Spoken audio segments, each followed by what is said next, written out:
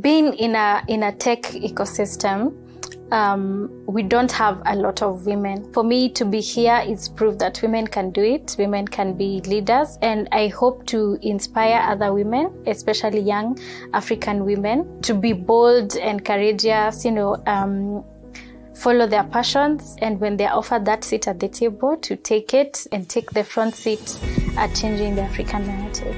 Since I joined Impact Africa Network, my thinking has really been expanded. I now for sure believe that if I put my mind and time into something, I can bring life-changing ideas into fruition. The culture at IAN encourages continual learning. This makes someone to source for outlets for learning, opportunities for growth in order to continually ensure that they do the best at their job. Also working with Mark, who has this great vision for changing the African narrative. He wants to take us on that journey with him. Pushes you to the limit, pushes you to want to be better. My thinking has changed from looking for problems to being a solution provider. That way, I will stop worrying and actually do something. I really enjoy being a leader and at the same time being a student. At Impact Africa Network, there's a lot of continuous learning and development. So it gives you this hunger for knowledge. It pushes you to be the best possible version of yourself, because you cannot change the African narrative being anything less. At Impact Africa Network, we bet on the women. We believe women are much more effective at leading and nurturing complex people-centric systems, and startups are the quintessential people-centric systems of our day. As the Women of Impact Africa Network, we will be hosting a livecast series with global female leaders and change makers, having conversations with the intent of inspiring a new generation of female leaders just like ourselves. If you or someone you know should be part of this conversation, we would love to host you. Talk to us. You can also be a change maker by helping us create more leadership opportunities for women by donating today. IAN is a registered US non-profit charitable entity under Section 501c3. Good evening or good morning, depending on where you're watching us from today. Welcome to the show. This is Season 2, Episode 2 of the Power to Our Women livecast series, where we have conversations with female business leaders and change makers aimed at transforming us, the young women in Africa, and gearing us towards changing the African narrative. I will be your co-host for today. My name is Joy Ndinda, and I work with the Impact Africa Network team in the fundraising and also learning and development departments. Before we begin, this show is brought to you by Impact Africa Network, a non-profit startup studio in Nairobi. We are on a mission to ensure that young, talented Africans can participate in the digital transformation of Africa as creators and owners. We do this by providing 12-month innovation fellowships to recent college graduates, where they work on well-vetted ideas under the guidance of a leadership team and, of course, a mentor network. Our goal is to develop innovation leaders and launch startups. Today is actually a very exciting episode.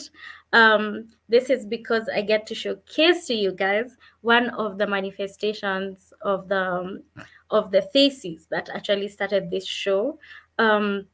So this is a show where we have conversations, of course, with female leaders and change makers, but it stemmed from the belief of IAN and our founder, Mark Karake, which is that women are much more effective at leading and nurturing complex people-centric systems. And of course, the startups we create are the quintessential people-centric systems of our day.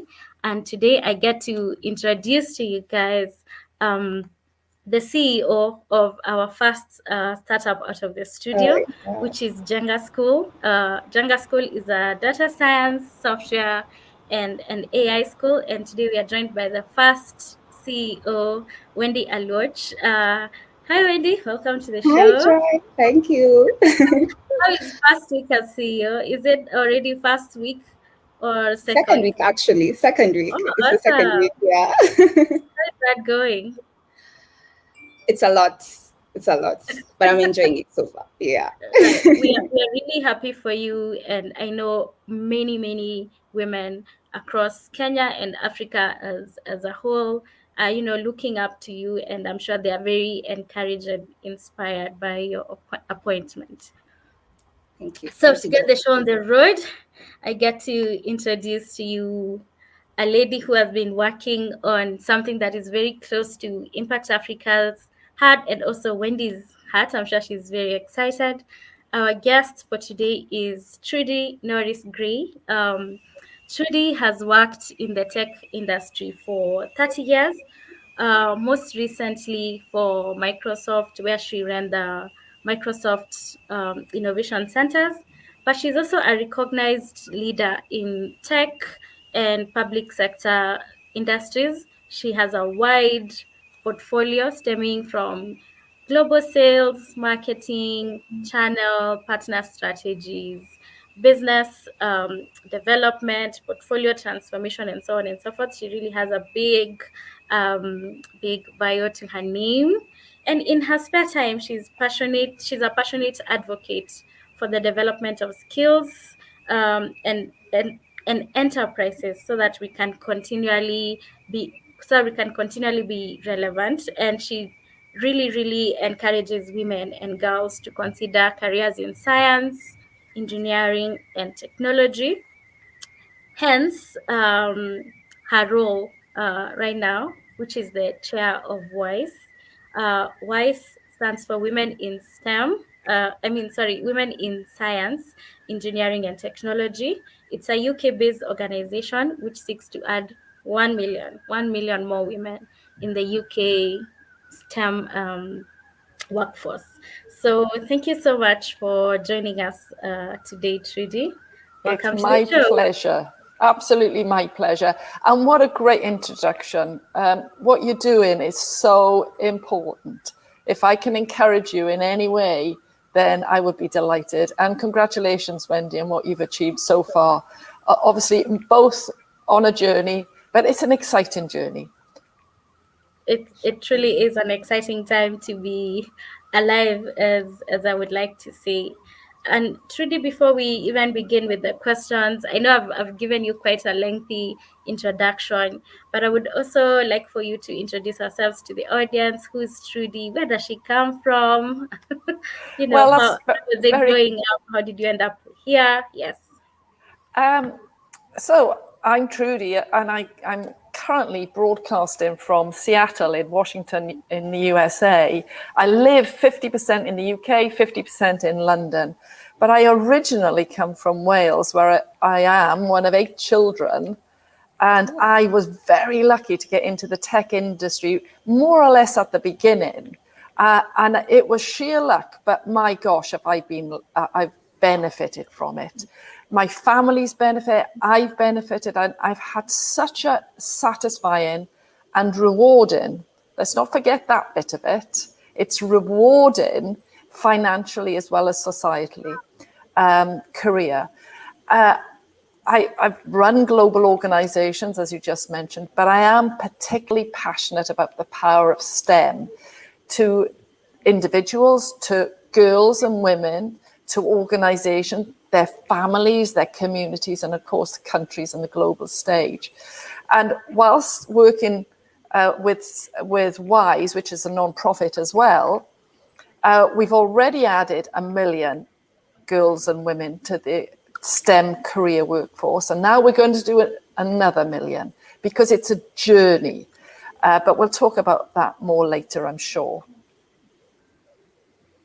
Yes, I can already see Wendy's excitement.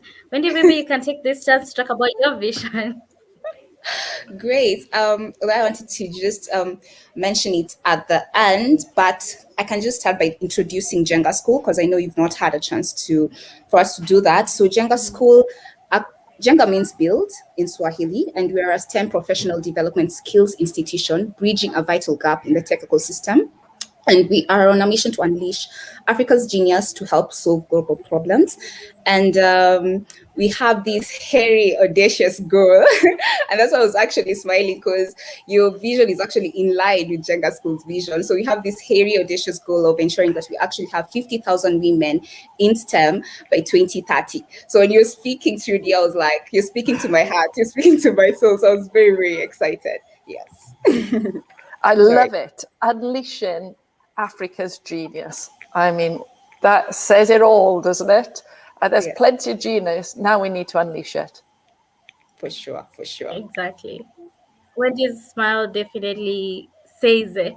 And so to begin the show, Trudy, maybe you can help us understand, how is the tech ecosystem in the UK like?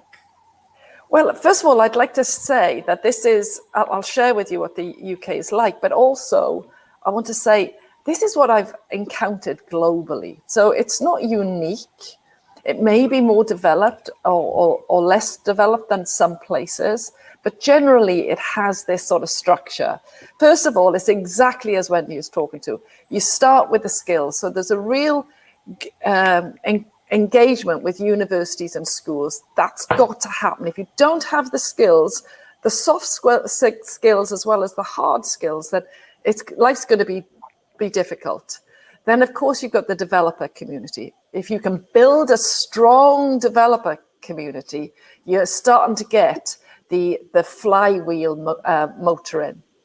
You then have accelerators, or tech hubs, they're sometimes known as. So you take that developer community, that skills, and actually start putting them to work. Let's find some solutions to the problems that are out there. Of course, the idea out of accelerators or tech hubs is that you really want some startups. You want to start this whole ecosystem starting to commercialize usually. And then you've got the established businesses, and they sometimes use the developer community or the skills. They sometimes work with accelerators to try and fix problems that they need fixing in an innovative way. Sometimes they work with startups. They sometimes buy them, or sometimes they fund them, or sometimes they partner with them. So it's really important to have those business and that partnership, collaboration ethos in the tech ecosystem with the companies that you team with.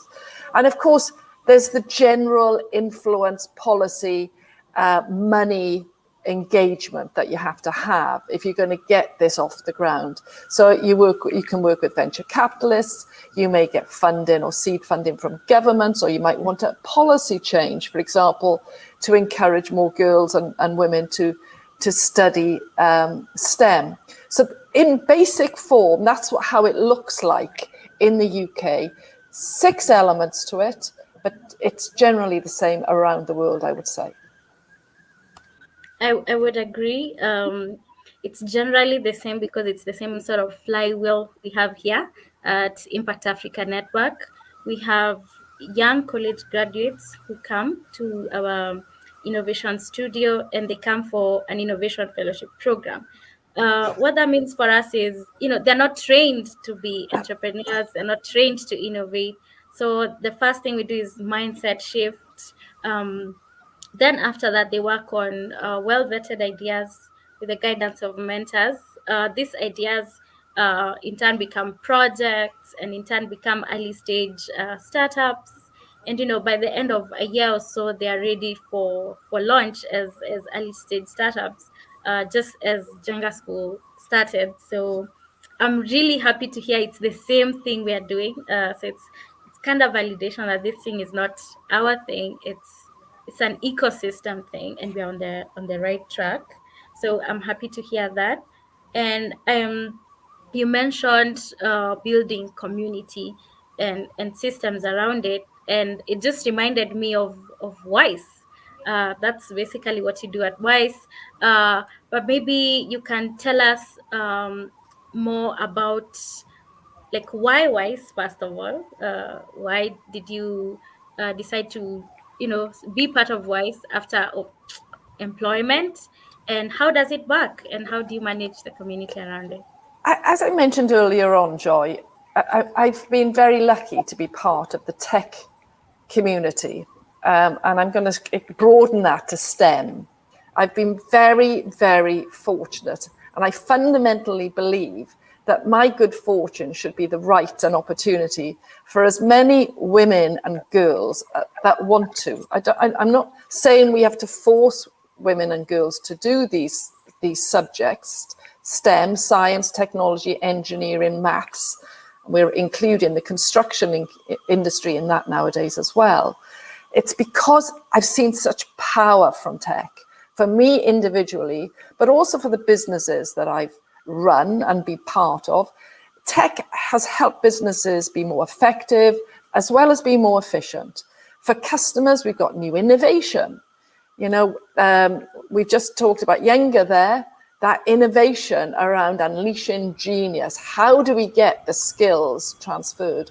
But also there are lots of apps on your phones that that if we didn't have tech behind them, that our lives would be possibly less rich. And if I think about the COVID situation right now, science has really helped us.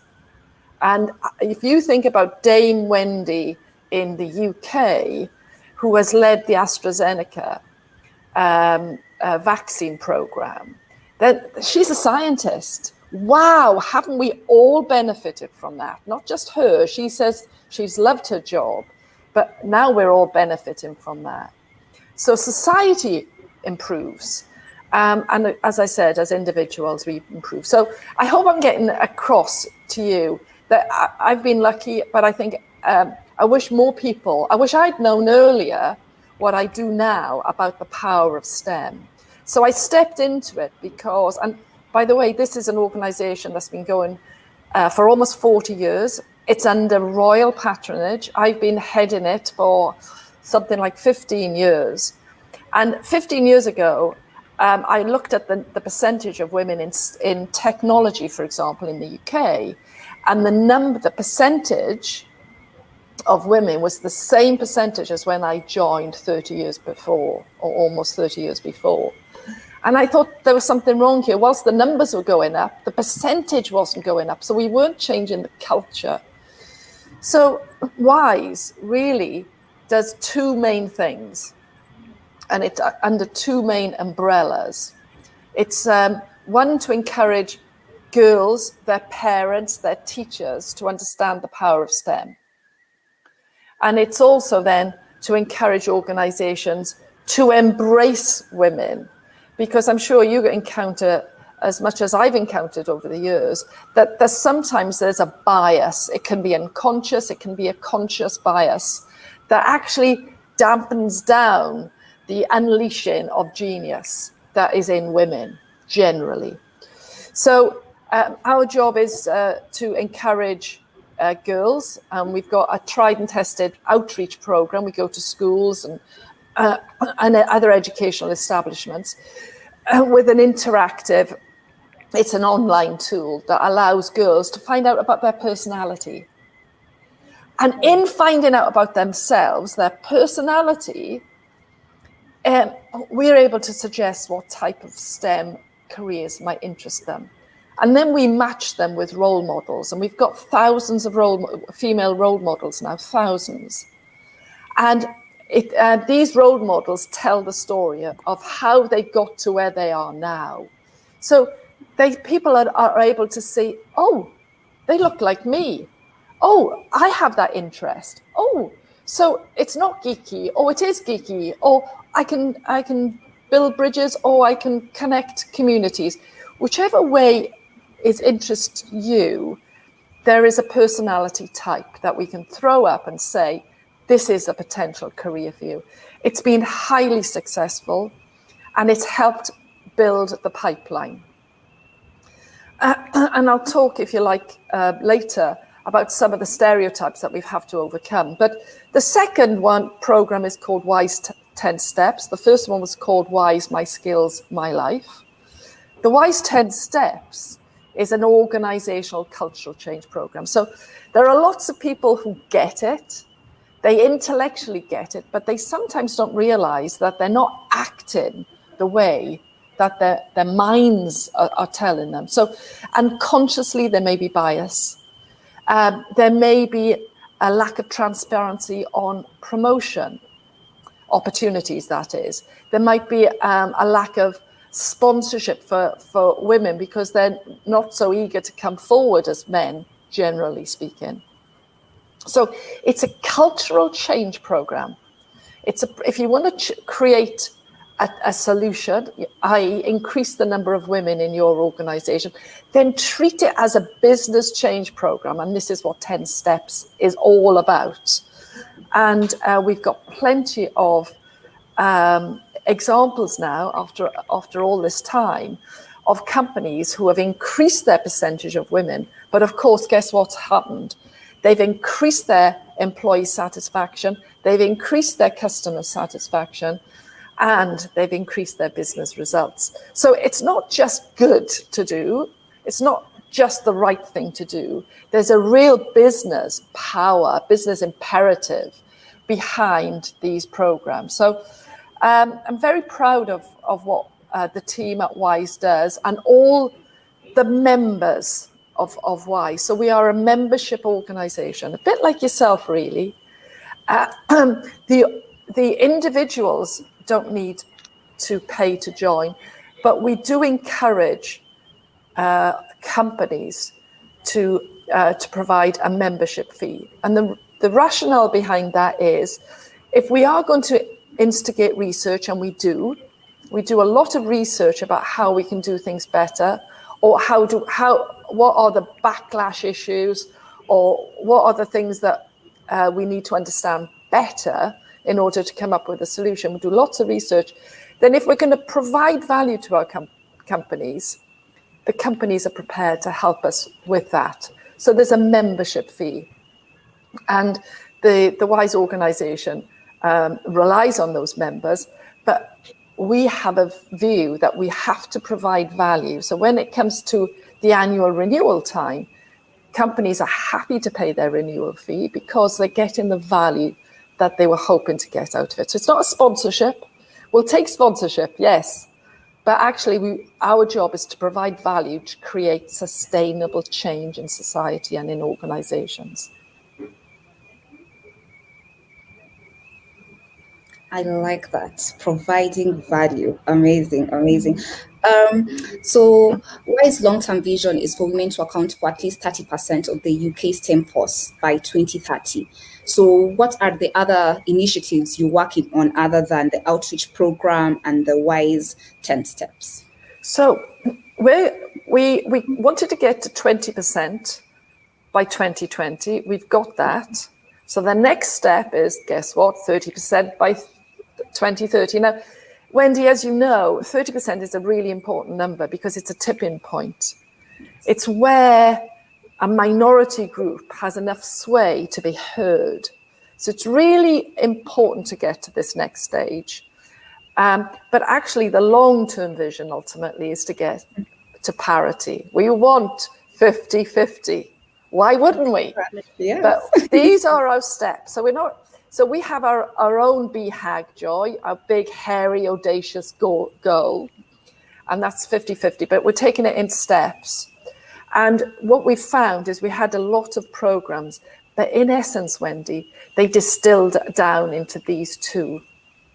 The My Life, My Skills is to increase the pipeline of girls taking STEM subjects. And then once they get into colleges, universities, employment, it's to actually work with those organizations to make sure that we welcome them. We unleash their talent. I love this word that you said, unleash this genius, and accept it, not inadvertently push it away, because people do that. And most often they don't mean to do it, but they do. And we have to educate them, for example, educate them, change their mindsets around sexism. Language is important. Having inclusive approaches. Going down the pub in the UK will, for example, after work, actually excludes women, because largely women they may go home to a family, or they do something other than going to the pub. So we have to think about ways that we can be creative in being inclusive. We're also working in under 10 steps about how are we more creative about job design. So, for example, we've got plenty of instances of job shares.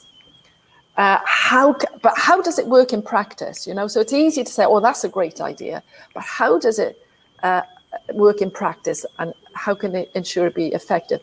Make flexible working a reality. The pandemic has allowed us to continue our operations through the likes of Zoom or Teams or any of these video conferences. That accelerated flexible working much faster than it could have ever happened before. So I would say that's accelerated it by, 10 years. So we work at every level, but we actually say to the organizations, let's understand your starting point. What is your BHAG, your big, hairy, audacious goal? Let's put some measures in, step by step by step, and then we get practical. We get practical with the ways that we create sustainable change. We're not interested in a one-off change. This year, our percentage has increased. We wanted to increase until we get to the 50%. Interesting. So what have you had to change along the years? I guess some things that you're probably familiar with is there's a myth out there that's hopefully that it'll become a thing of the past. But people say silly things like girls can't do STEM, girls don't do maths. Well, that's an absolute nonsense. And we've got the facts now. So in the UK, we have educational exams called GCSEs and A-levels. I'm sure you're familiar with them. Yes. And actually, we've analysed the stats over years now. Actually, girls do better.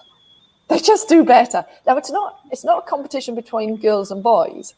We want to banish this myth. So we're trying to overcome stereotypes right from the outset. Myths like this, toys, books.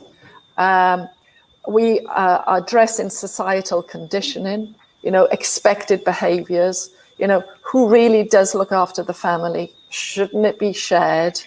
About clothes, what is it that conditions us to think that girls and boys are different when it comes to STEM and careers and entrepreneurialism, and from men and from women? We have things to offer. We all have. Our job is to embrace it and include it. Educators are sometimes have unconscious bias. If I go back to it's a long time, I was said, well, why would you want to do that? That was one of my teachers saying that. And all of a sudden it became a bad thing. I loved maths and I was good at maths. I actually continued with it, fortunately. But how many people don't? STEM opportunities. Are people aware of the richness of jobs out there? We know, lots of people know that you need STEM for medicine if you want to be a doctor or a nurse. And by the way, in the UK, there are more female graduating doctors than there are male. Right, so yes, we can do it. But interestingly, when it gets to the higher levels in the National Health Service, the consultants are men. How does that work? So we have to make, for example, I just use that as an example, women can be consultant doctors. You have something to offer, and you don't have to be aggressive. You don't have to be male-like. You can do it your way.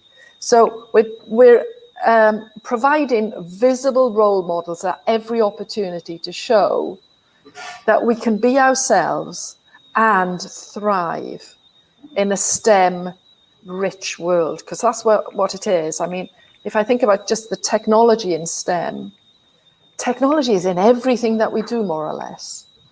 So I hope that helps. Culture change is so, so important. I agree. I completely concur with what you're saying. And I even have a similar story. For me, while growing up, I was really good in math. And I remember talking to my teacher, and she was like, You want to join a STEM degree? Why? Be an accountant or do something in finance. And I wish I had that encouragement and that awareness while growing up. I think I'll be having a different job right now for sure. I truly completely concur with what you said.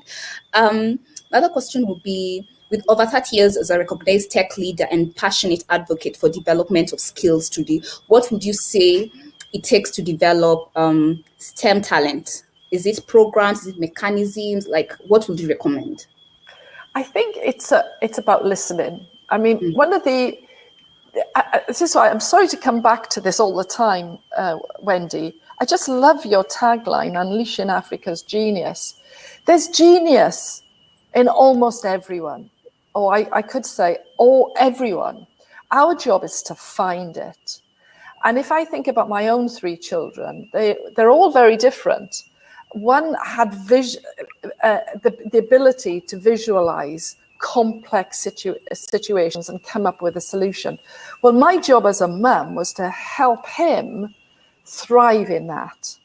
Another one, she's a doctor. She loved being caring, but also she wanted to fix things. So she's a research doctor. So she wanted to find things that she could help people on a broader scale, not just on a one-on-one. So my job was to listen, but then underneath it is to help, because we all encounter problems. And our job is to help them have the courage. Somebody said that in the opening montage. We have to have courage to get through the knot-holes, the difficult times. So I would say STEM is joyous.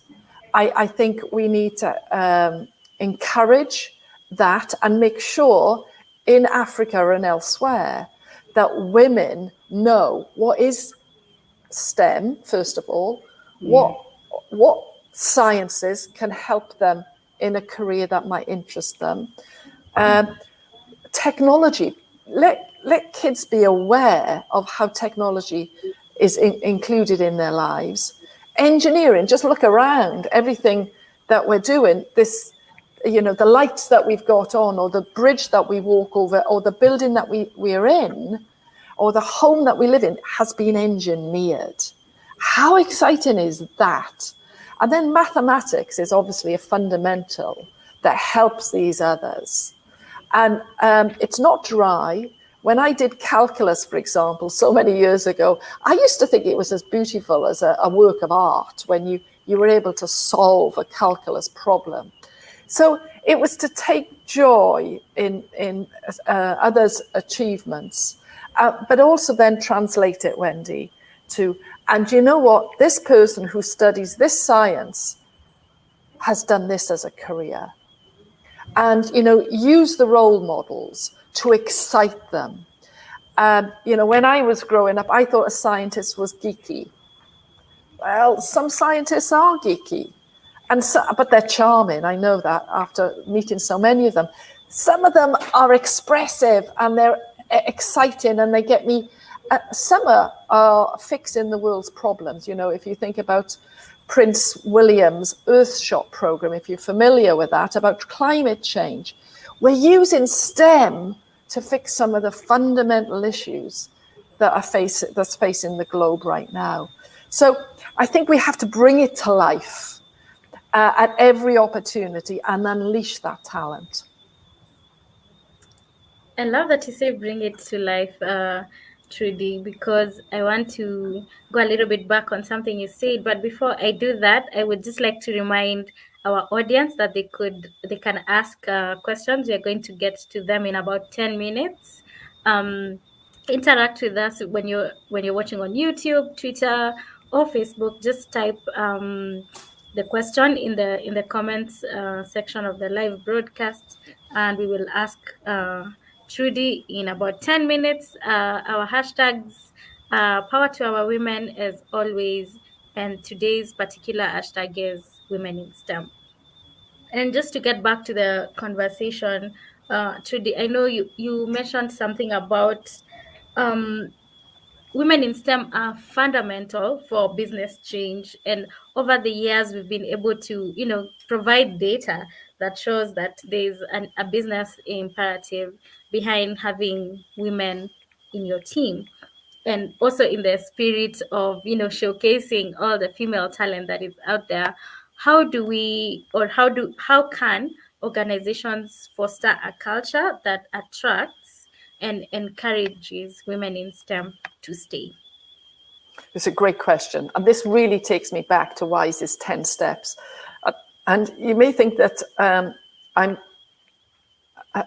passionate about WISE's 10 steps, because what we've learned over the 15 years I've been there, that ultimately everything comes back down to this umbrella program. So one of the things about encouraging women to stay is that they have to feel like they belong. If they raise a point or have a question or have a solution, then in the work environment, the manager needs to show that she or he has listened to them. It may be the right answer, it may not, but you have to value it for its own sake. Because if you don't, what we learn is that too many women start not volunteering their genius. So first of all, you have to include them.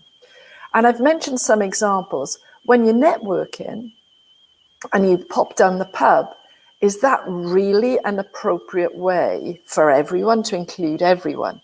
So for your team, you have to think about what is appropriate for the women as well as the men. So if it's networking, if it's about jobs, what's right to retain the genius in your organization? If I go back to when I led Sun Microsystems in the UK, I introduced part-time working and job share for the first time in the UK. It's a long time ago now. Do you know, I was so shocked. I thought I was doing it to help women. The biggest uptake was men. That changed over time. It was much more even keel over the years. But what it told me is that being creative in job design helps women and it helps men. So actually putting on the table and having some role models that are male, that says, I want to do a job share because I want to spend more time looking after the family, or fueling an idea, an entrepreneurial effort that I've got on the go, then let's be creative in that design. Because if you lose talent, if you lose genius, it's so expensive to replace them. And you not have to.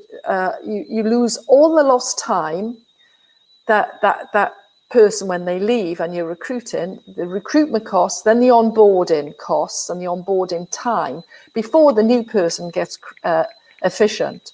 So it's important to the business to make sure that we are creative and we are flexible for all.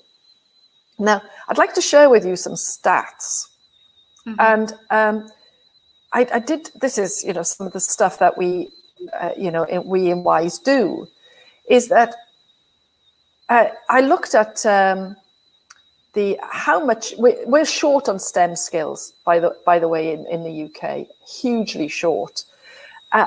We need another 450,000 people to fill all the unfilled jobs and opportunities that there are in the UK. So what we're doing, for example, and I know your question is about retain, is that we're looking about retraining and reskilling some of the people in our organization for the jobs of the future. Because what we know is some of the jobs of the past inevitably will go away. Do we want the genius to go away with them? Probably not. So let's retrain them and help them reskill. And, this comes back to you, Wendy, in terms of, skilling for the future. Let's establish apprenticeships so that people who are a bit uncertain about what career to go in and whether they can afford tuition fees in university, what they do is learn on the job. They earn as they learn with apprenticeships. So we are creating a sort of a new ethos of these are really valuable skills. We're also, in terms of retention, I hope you're getting the theme here. Hopefully I'm explaining it properly. Life now is about lifelong learning. We don't know what the jobs are, in 10 years, and possibly we don't even know them in 2 years with artificial intelligence and all the tech into things that so we have to be lifelong learners, no matter what age you are, because if we want to be relevant, we have to think about what's coming down the line. And then it goes back into that tech ecosystem that we talked about earlier on, is people then get excited and say, I could do this with this technology. I could start up a new a business, or I could implement it in the job that I've got now. And that unleashing their capability or empowering them is really, really important. And this is coming to this, sharing the message with organizations that we are so short of STEM skills, 450,000, as I said, just in the UK, that encouraging them to retrain, reskill, include, in order to retain people, as well as then promoting them. We've got to think about promotion for women. Women like to know that they're getting on. Sometimes they don't put their hand up. I would encourage people to put their hand up, men or women. It shows initiative. But sometimes people don't. Then managers and leaders and executive sponsors should be looking for the people who deliver, who have a natural curiosity, who have the genius to pull them and do that promotion. And the one thing that we haven't talked about is women-led SMEs. We know, again, your montage talked about the ability to create solutions. I do agree that. And I would say not just people-centric solution, but all solutions. Last year, women-led SMEs contributed 85 billion to the economic output of the UK. So by just putting these facts out there and keep on talking about them, what we will be doing is saying, hey, there's an untapped pool out there. It's called women. They are good at maths, Wendy. They are good at science, tech, engineering. How do I engage them? How do I unleash them? And then with programs such as 10 Steps, and also My Skills, My Life for younger women, then we should be enabling with practical data-led tools for retention and advancement. So a long way to answer that question, Joy, but it's not an easy answer because it requires us all to be determined and to be constant, because culture change takes a generation minimum, and we have to be up for that journey.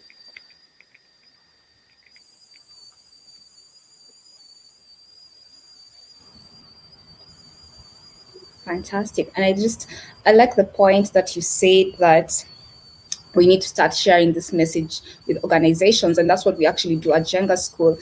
And we encourage institutions to actually fund their employees into our programs. And the best part about it is in the last 2 months, we've recorded a high employee satisfaction and retention. Yes.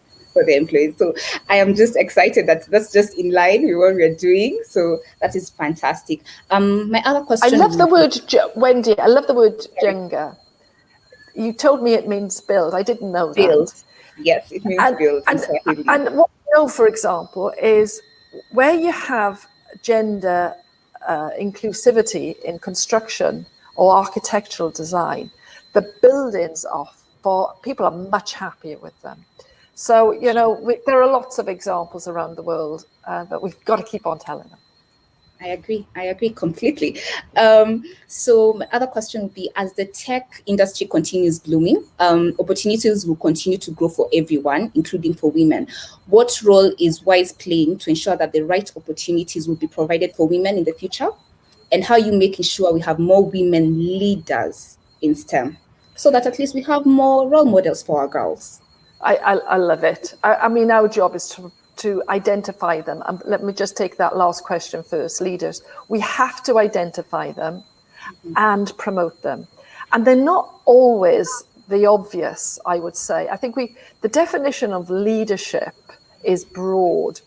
And some people are, for example, they think of a leader being somebody who's able to speak on stage to 1,000 people.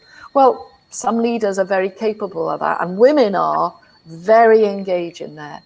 But some leaders, they have focus groups.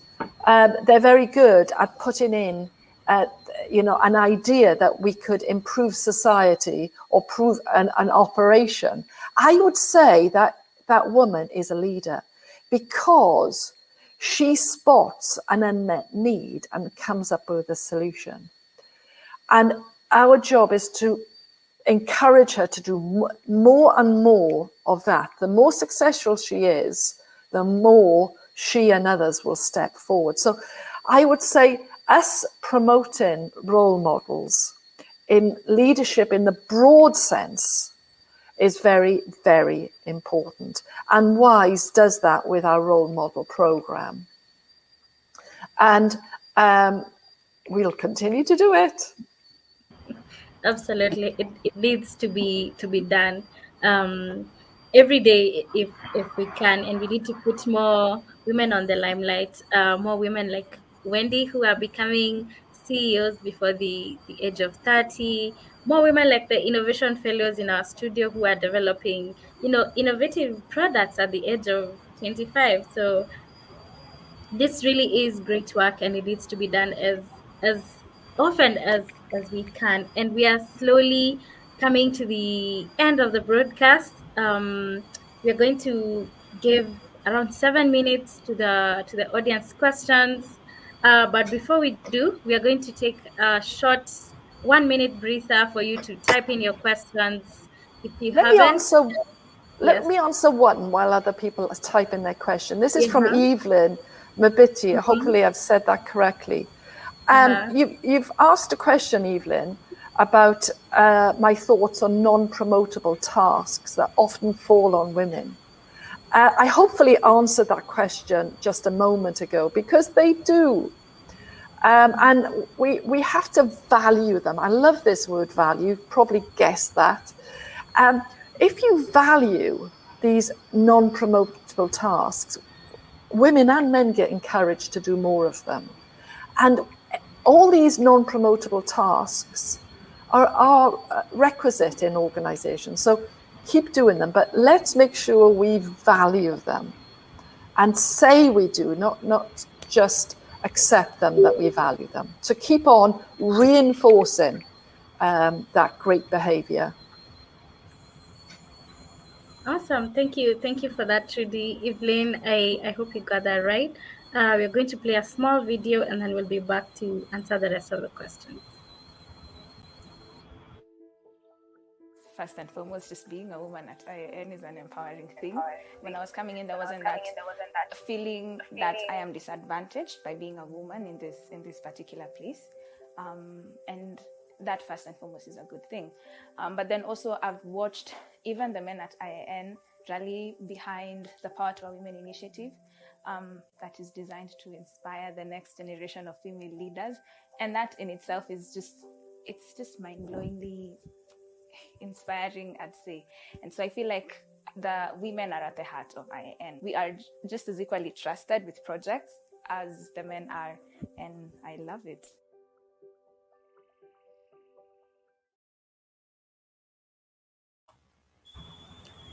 All right, that's always so touching from I Grace. like it. We are short of time, so this is going to be real, like quick fire. We have a question from Brian, and he asks, if you could write a letter to your younger self, what would it be? Brian, what a great question. I really like this question because it takes me up. Is the first thing I'd say is be ambitious. Absolutely be ambitious. When I was growing up, I was taught to be humble, and I like that. There's something special about humble people. So, but it doesn't mean that you can't be ambitious. And I wish I had been more ambitious for myself. I was certainly ambitious for my children, and I hope I've been, other people would tell you that I've been ambitious for my teens, but I needed to be ambitious. The other one is keep learning. Just keep learning. Be curious and be joyous in not knowing that you, be joyous that you don't know everything, but you're happy to go find it. So don't be embarrassed that you don't know anything, but be a learner and go find it. We can't know everything. And if I was to say something to my younger self, the last thing it would be, say well done. Some of the journey is hard. There are lumps and bumps in everyone's road. And sometimes we take on too much. Life hasn't got enough hours in the day. It's those times that you need to say, you're doing a great job, Trudy. You're doing a great job, Wendy. You're doing a great job, Joy. You're doing a great job, Brian. And tell other people as well if they're doing a great job. I love that. Yeah. Yes, Wendy, you have a question? Yes, so there's a question here from Lisa on Twitter. She asked, Trudy, what would you want your legacy to be? My legacy, well, I'd love to see gender parity sustained. Gender parity, I absolutely would. I think if I could, is the people I touched in some way or form were happy, fulfilled, and unleashed individuals. They were happy that they had reached their potential. And if I had some nudge in that, I would be joyous. I would absolutely be joyous. But ultimately, let's get to true inclusion and diversity across the board. Today, we're talking about women, but I fundamentally believe that we need parity across the board on all intersections. Absolutely. This has been such an insightful session, Trudy. I have literally filled out my page here. I was noting down gems, and I hope our audience was able to do that. And I feel like, the last 3 points have been it for me. Be ambitious, be curious, and be joyous in that process of being curious. But most of all, remember to tell yourself, well done. So that's really important. We forget to tell ourselves well done. We are really like heavy critics of ourselves. So yes, let us remember those 3 things if we don't remember anything else that was said today. Sadly, time is up, but I would like to conclude by reaffirming that this show is brought to you by Impact Africa Network, which is a non-profit startup studio in Nairobi, and you can support our work by giving us as little as $30 a month. You can donate through our page, which is Impact Africa Network /PTOW, which stands for Power to Our Women. And yes, be part of this exciting movement that's working towards creating a new African future, but also providing women opportunities in the startups that we create.